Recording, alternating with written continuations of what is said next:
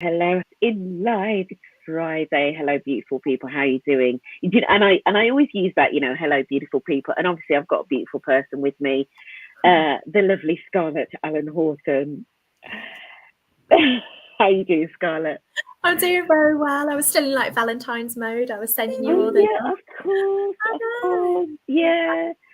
So Yeah, it was Valentine's week, so I've got the amazing Scarlett and Horton with me. I hope you've all had a good week. Thank you if you're listening. How was your Valentine's Day then, Scarlett? Let's start there. We oh, never we never um, prepped with this, did we?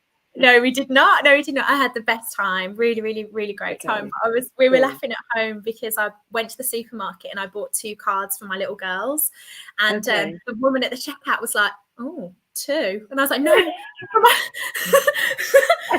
they're for my daughters." Yeah, yeah. It's all above board. We're gonna Yeah, get into ethics today. there's no worry. Yeah, we're very ethical Yeah. around here. Don't no concerns there. So yeah, we were laughing, but yeah, I had the best day. Thank you. What about you, Cheryl? Amazing. Do you know what? I people might be a little bit surprised at this. So I've been married for a very long time, right? And we don't really do like Valentine's cards or anything. In fact, I think my husband bought me a card last year, and I was so surprised. I almost like fell off my chair. But I did. I must admit, I cooked him a really nice meal on Valentine's Day. Yeah, because so Oh, it was his birthday last week, and he cooked the family a really nice meal on Sunday, almost like as his sort of, a thank you to us as a family. And I thought, yeah. okay, it's Valentine's Day. Let me cook him a nice meal. So I did Oh, I that. think Yeah, yeah, very, yeah, every day is Valentine's Day. absolutely, absolutely. It certainly should be. So there we go. We started off with a little bit of love bombing on a Friday. So I've got the amazing Scarlett Allen Horton, who is the founder and managing director of Harper Fox Partners, which is exec search. Scarlett's bio is way too long, like for one LinkedIn live. So please go and check out Scarlett's bio. But she was 2019 Apprentice finalist. So works in partnership with Lord Sugar, multi award winning. But most of her time is taken up running Harper Fox Partners, and recently launched Scarlett Lily, which we will hopefully get onto as well today if we've got some time. So obviously, one of the ways that we first met was through the Black Talent Awards, and you were kind enough to give up some time as a judge the last couple of years. So how was that for you before we delve into? Yeah, absolutely loved it. And I'm not just saying it because I'm speaking to you right now. Honestly, so well organised, so well thought out. I've done a lot of different judging, been involved, very grateful Right, to be involved in a lot of different events.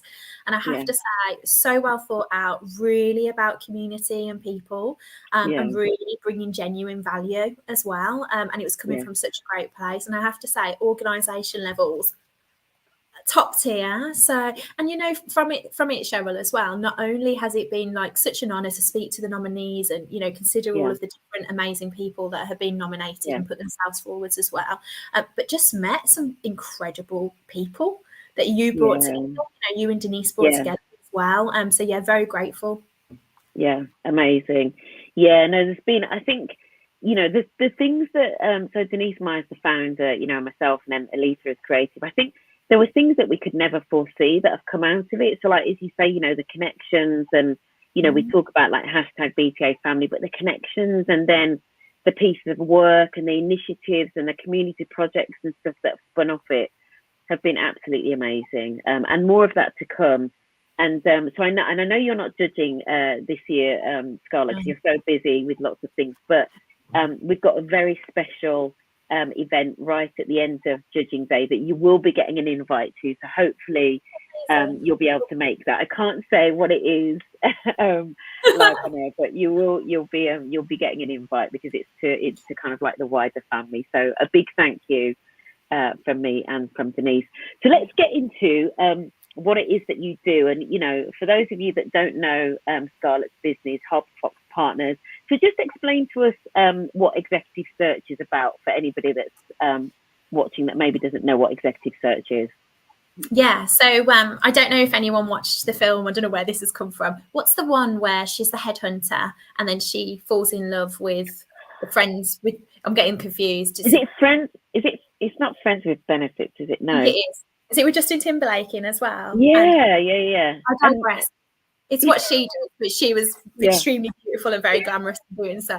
But so basically we specialise in placing senior individuals across the world. For us personally, it's within the STEM sector. So everything we do is science, technology, engineering, renewables, green technology orientated. And by senior individuals, typically within the exec search world, it's kind of 100k salaries upwards. It can kind of vary, sometimes a bit lower than that, and then some people in this world are much more senior than that well, but for us that's where we typically sit. Quite difficult to fill sometimes, quite niche skill sets, and that's kind of the specialized area. So that's the exec search piece, and then there's a whole diversity piece for us as well. How did you get into it? How did you get into exec search? Is recruitment your background? So I used to work in operations, interestingly, and I didn't even know what recruitment was. So I used to work for Virgin, fantastic experience there. And basically, I was asked to be an employee that had like an assessment done because they wanted to hire other people that had similar attributes to myself. I guess it was a nice compliment. And I was like, what's this? This whole an assessment thing. And then I met a recruitment manager and I was like, what do you do, kind of thing? And she was like, oh, do you want to get involved in the assessment days? And I was like, all right then. I didn't realise that this was a business. So I didn't realise externally this was a massive multi-billion-dollar industry. And I did it internally at Virgin, just hiring great people and building teams and all of that.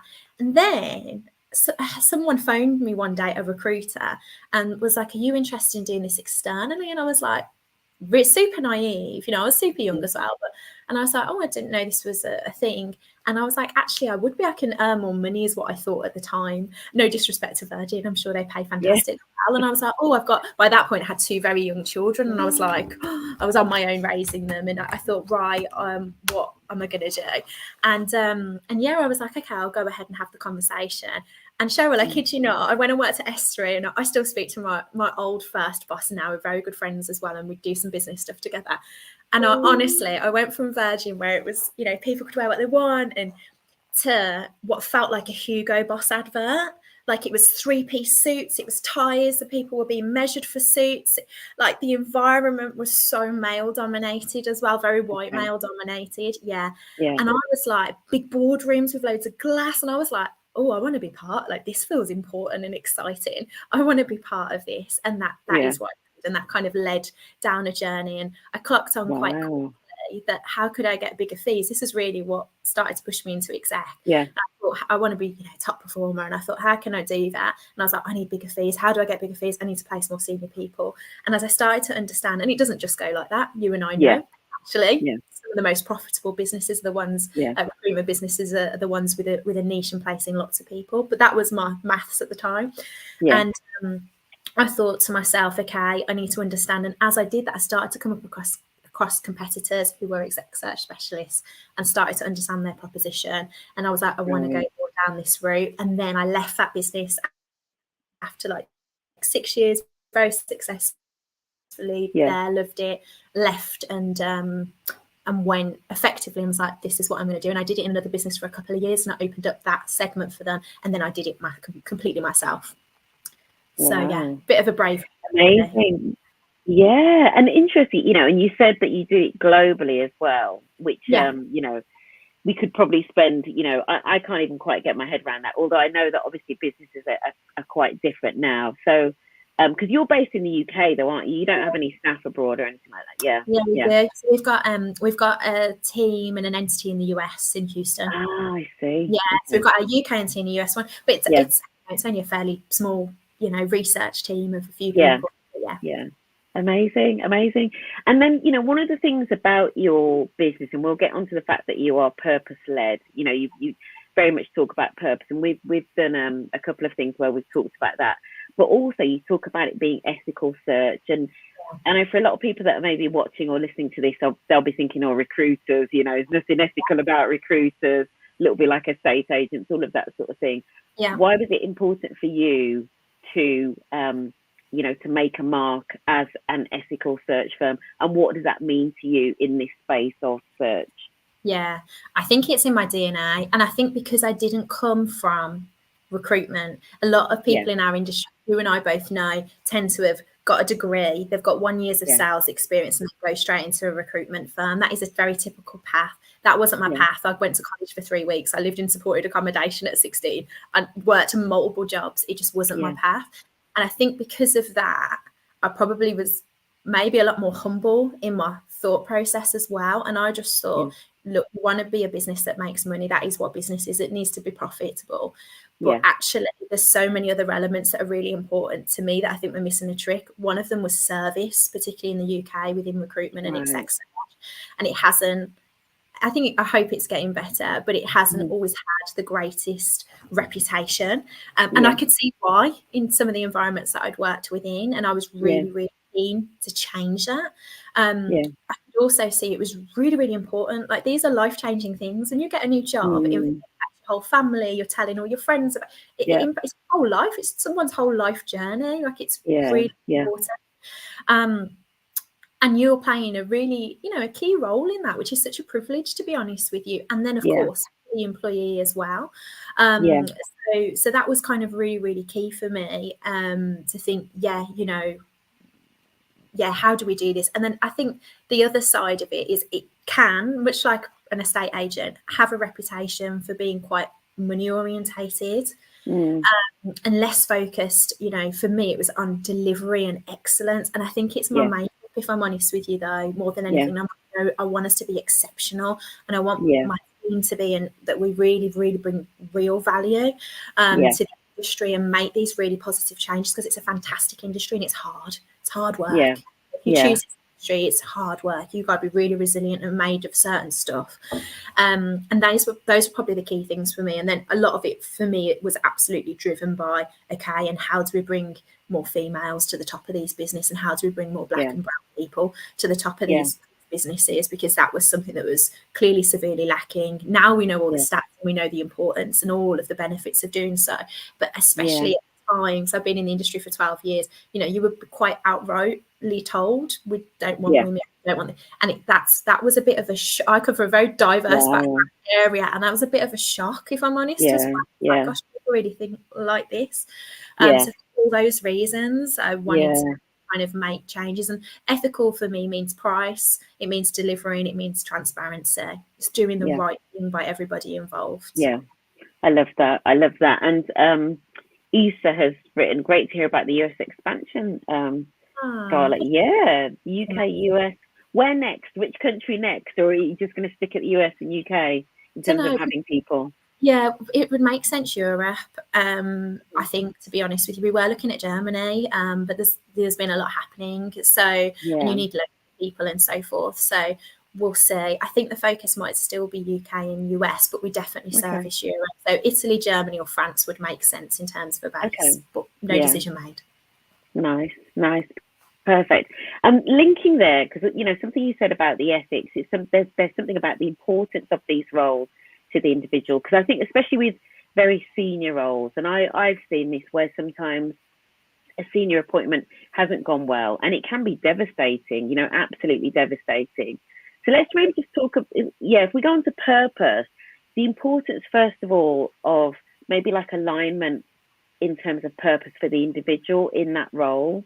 So what for you does that look like, and how do you make sure that when you're putting somebody into a role, that there is that good fit or that alignment with purpose? Is that something that you talk about with candidates that you place? I'm really interested. Yeah, it is. That's like a brilliant question, actually. Could tell you're completely from the industry and an expert, Cheryl. Like, yeah, we do.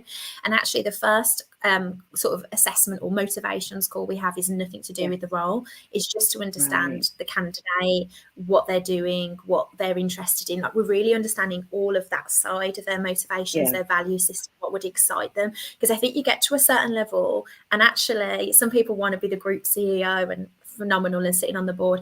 And some people have worked at quite a senior level and they're like, actually, I really want to bring value and I really want to share my experience at this point. I'm Yeah. less bothered about the salary. It's got to be a certain level, but I'm actually less bothered. I really just want to bring, and there's a lot more of that, which is brilliant, than Yeah. actually people chasing, I want this huge package and so forth.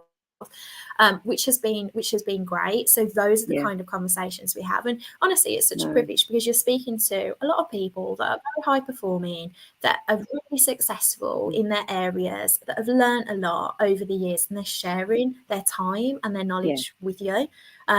So yeah, that's kind of the piece that we talk about, and then we'll go into role, and then we'll look at the values and the alignment with generally business strategy and what they're actually seeking and wanting to do themselves personally.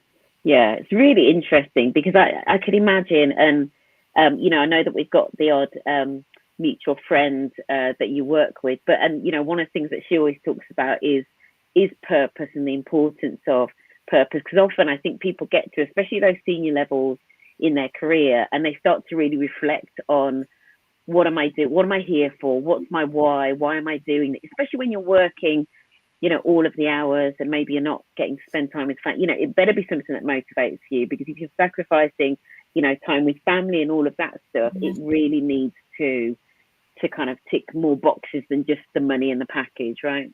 Definitely. And I think that's really changing. And actually, I think, and I know people talk about the younger generations and maybe working smarter or not as hard or long hours as perhaps some of the other generations. But I think one thing that they've really taught us and shown us is that purpose piece is really important.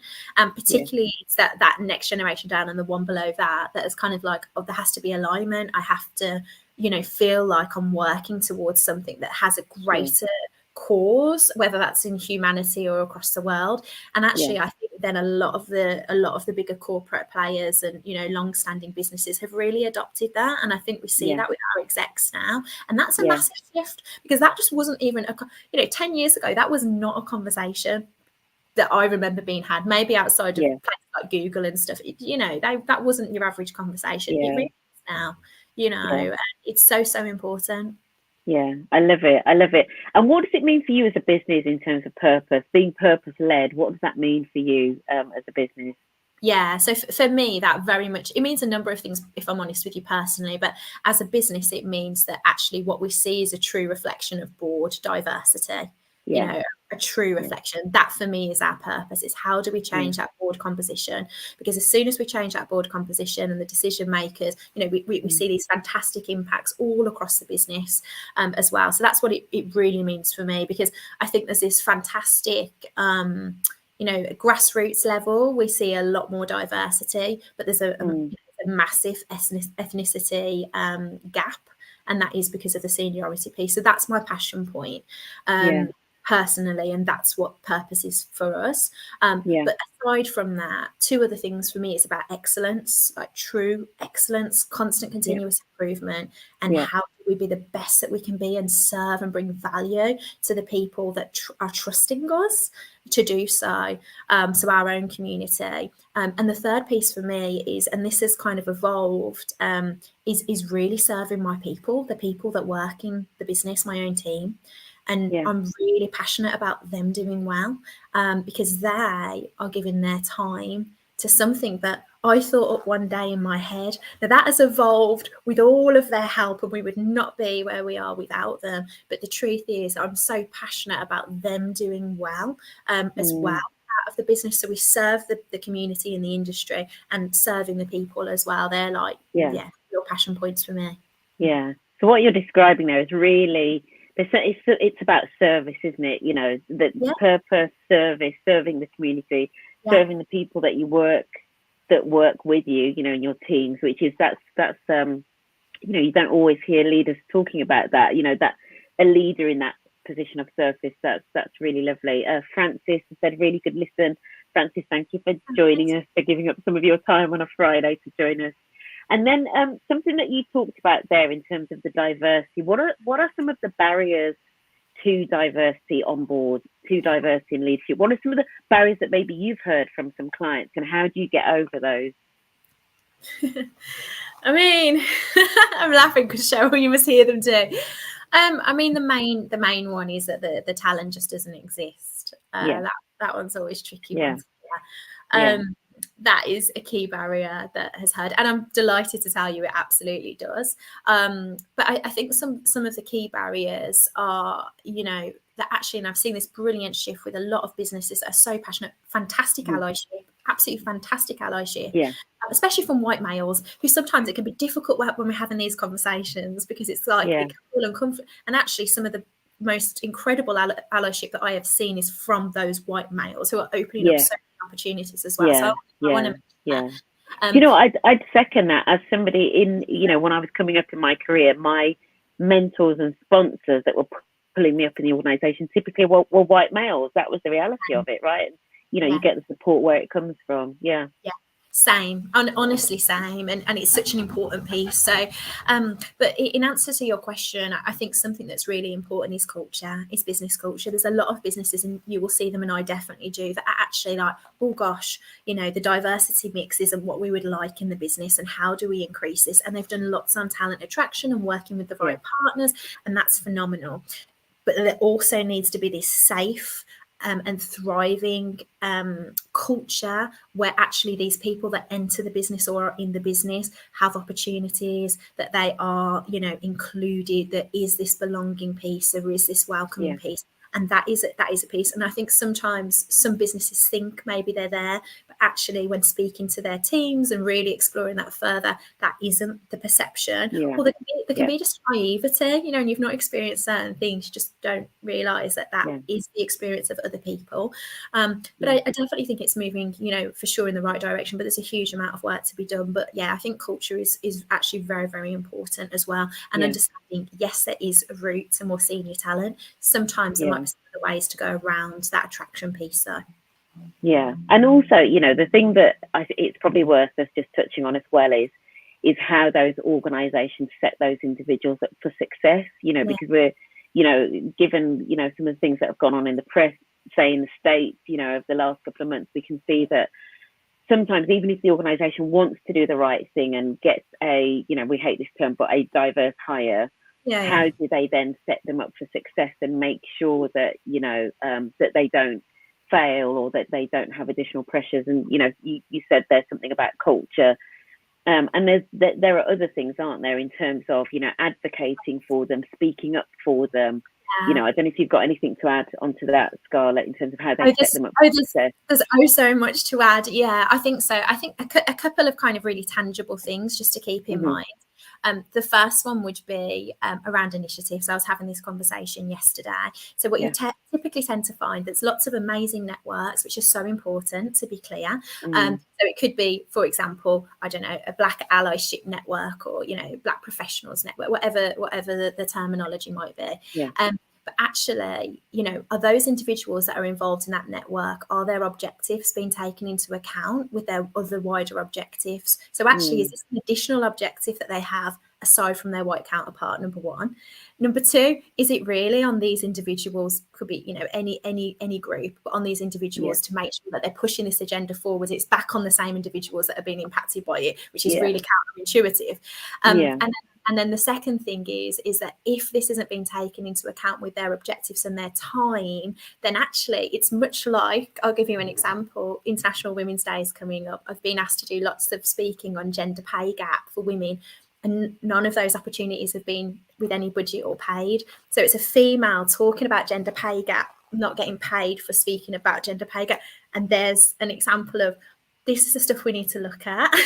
And if it's not out, sometimes it's just not an awareness, but actually they're really important things around well-being and thrivership. So that's one thing. And then the other thing I would suggest is when we're in these rooms and we're maybe having these conversations, we're just making sure there's not a tokenism, you know, there's not a piece where there's one person in the room that's representative of that minority or representative. Actually, let's just make sure there's a number of people in the room that are, because there's a lot of pressure, and I'll take it to females again, a lot of pressure for me as a woman to represent the whole of womanhood, you know, in that room of 10 people where we're talking about pushing females forwards. There's a lot of pressure. I might not have all the answers, and that person might not have all the answers. So just keeping that in mind. Absolutely, and you know, my last tip would be, if you are an individual that has been placed and you are the only whatever it be, I would say find your allies both in the firm, you know, and create those relationships, but also potentially find a mentor or coach that has been a senior individual as the only in that and knows how to navigate it, you know, because I think that can be quite helpful as well. Massively. Yeah, no, it's great. Let's go. Oh, I was just no, go ahead, Scarlett. And if you're not whatever the minority might be, but you want to support, if you're in rooms where perhaps that person isn't, advocate for that person, let them know some of the things that they're doing to other people that just might not be aware. So yeah, absolutely, yeah, be an advocate, be a very vocal ally and an advocate for sure. Let's get on to Scarlett Lily, which is the latest thing that you've launched. So just tell us a bit more about Scarlett Lily. Yeah, absolutely. Thank you. So it kind of launched from a few things. One is that I really am passionate about speaking, about all of the things that we've talked about and so many other things. Yeah. So that's really a real kind of passion point for me. And I think aside from the board diversity piece, I really wanted a way to be able to impact directly some of the talent pool that we're talking about, probably more from an entrepreneurial perspective. So I'm all about entrepreneurship, but I'm very much about entrepreneurship as well. And how do we actually speak to those, or how do I have the opportunity to speak to those individuals directly and help empower them on their entrepreneurial journey? And that isn't an option through Harper Fox. It's a different proposition. Whereas through more of a personal brand, my Scarlett Lily business, there's an opportunity there to speak to those individuals, to be able to discuss this, hopefully to spread, an inspiring and a motivational message to some people that don't realise everybody's journeys. It can look a certain way, you might not know what's come before, and there can be some real relatability in that. That kind of role modelling piece that we talked about. If it's not in an organisation, at least it can be sought externally. And then thirdly, really passionate about the coaching piece. So, and we just touched on this. So having an opportunity to actually work one-on-one or in groups with building out a community of individuals that are really wanting to either scale or are just passionate about doing something differently. And that's kind of the stuff that gets me excited. So amazing. And am I right in thinking, have you started writing a book, or did I imagine that? No. Are you visualizing it for me, Cheryl? You're the one. I clearly am. I'm clearly manifesting it for you. And hi, Blessing, as well. I know Blessing's working on a brand, actually, at the moment. Blessing was one of our youth judges from last year, I think rightly.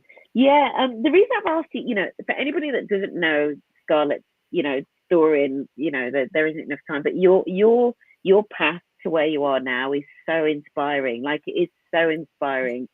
You have to write a book. Like, seriously, you have to write a book. You'll have to buy it. I'll have to give it to you, Cheryl. Well, I don't know. We'll see. And likewise. But we'll see. But the speaking, and I think they're just working with individuals. Very, very inspiring. We need to see more, more people that have come from, whatever background, different backgrounds, different challenges, different life struggles, and seeing them doing great stuff, and being inspired by that. So definitely. And I guess, go ahead, Scarlett. Oh no, all I was going to say was because then, and something that I've really tried to embrace only over the last 4 years, because I always tried to fit in before. Now I try to be an ad. I'm like, I'll be the cultural ad instead. But the truth is that actually it's really important to look at, just what your authenticity.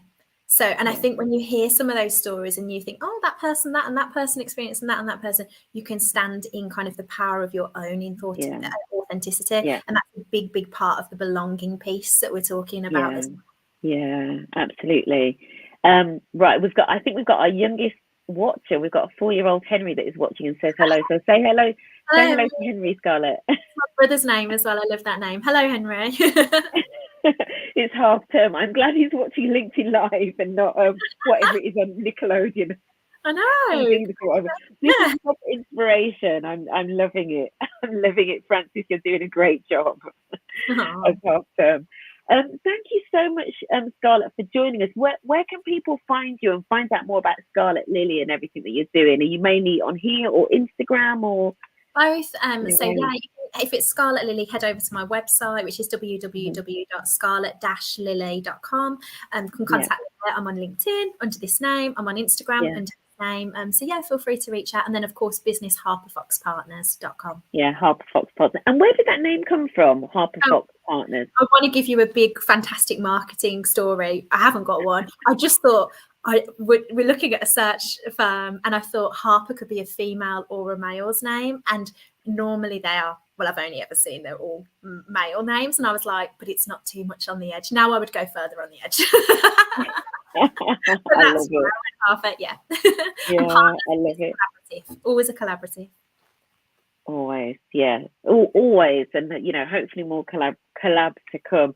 Thank you so much, Scarlett, for your time. It's been amazing to chat with you as always. Yeah, any final tips to the people that are watching, and to Henry as well?